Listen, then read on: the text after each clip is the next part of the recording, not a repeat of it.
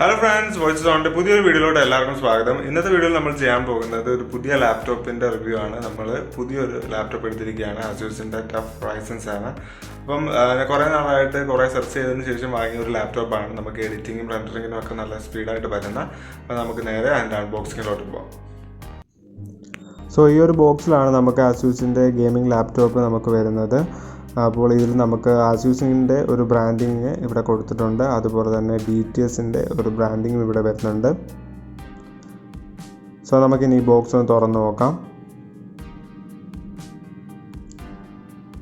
So ആദ്യം തന്നെ box തുറക്കുമ്പോൾ നമ്മുടെ ലാപ്ടോപ്പാണ് വരുന്നത്. ലാപ്ടോപ്പ് തൽക്കാലം നമുക്ക് സൈഡിലോട്ട് വെക്കാം.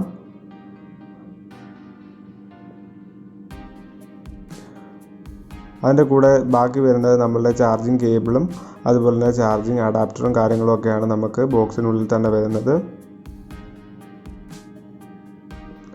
അതോടൊപ്പം തന്നെ നമുക്ക് ASUSന്റെ മാനുവലും അതുപോലെ വാറണ്ടി ഇൻഫർമേഷനും അടങ്ങിയ പാംപ്ലെറ്റ്സ് വരുന്നുണ്ട്.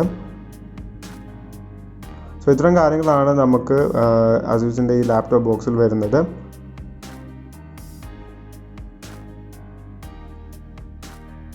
സോ ലാപ്പ് ഇപ്പോൾ നമ്മൾ ഫസ്റ്റ് സെറ്റപ്പ് എല്ലാം കഴിഞ്ഞ് നമ്മൾ എടുത്തിരിക്കുകയാണ്. ഈ ലാപ്പിൽ കൊടുത്തിരിക്കുന്ന ഫീച്ചേഴ്സിലോട്ട് നമുക്ക് പോകാം.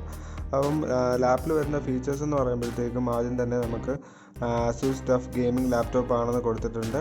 അതുപോലെ IPS level nano hertz display, പിന്നെ hyper cool technology, RGB keyboard, 7.1 channel surround sound by DTS, 38mm key press durability, അതുപോലെ തന്നെ സർട്ടിഫൈഡ് ടഫ്നെസ് അങ്ങനെയുള്ള കാര്യങ്ങൾ കൊടുത്തിട്ടുണ്ട്. പിന്നെ Ryzen 7ൻ്റെ ഒരു ബ്രാൻഡിങ് ഇവിടെ വരുന്നുണ്ട്. അതുപോലെ തന്നെ ടഫ് ഗെയിംസ് എന്നും പറഞ്ഞും ഒരു ബ്രാൻഡിങ് പോലെ കൊടുത്തിട്ടുണ്ട്. പിന്നെ ഓവറോൾ ലുക്ക് പറയുകയാണെങ്കിൽ നല്ലൊരു പ്രീമിയം ലുക്ക് തരുന്ന രീതിയിലാണ് ലാപ്ടോപ്പ് ഡിസൈൻ ചെയ്തിരിക്കുന്നത്. അതുപോലെ തന്നെ കീബോർഡിൽ ലൈറ്റ്നിങ് ഉണ്ട്. ഇതിപ്പോൾ ഞാൻ കസ്റ്റം ചെയ്തിട്ട് ബ്ലൂ ലൈറ്റ് ആക്കിയിരിക്കുകയാണ്. അപ്പോൾ പല രീതിയിൽ നമുക്ക് കസ്റ്റം ചെയ്യാം. സോ ഫസ്റ്റ് ഇംപ്രഷനിൽ നല്ലൊരു ബിൽഡ് ക്വാളിറ്റിയും നല്ലൊരു ലുക്കും അതുപോലെ തന്നെ നല്ല മെറ്റീരിയൽ ഉപയോഗിച്ചാണ് ചെയ്തിരിക്കുന്നതാണ് എനിക്കൊരു ഫസ്റ്റ് ഇംപ്രഷനായിട്ട് തോന്നുന്നത്.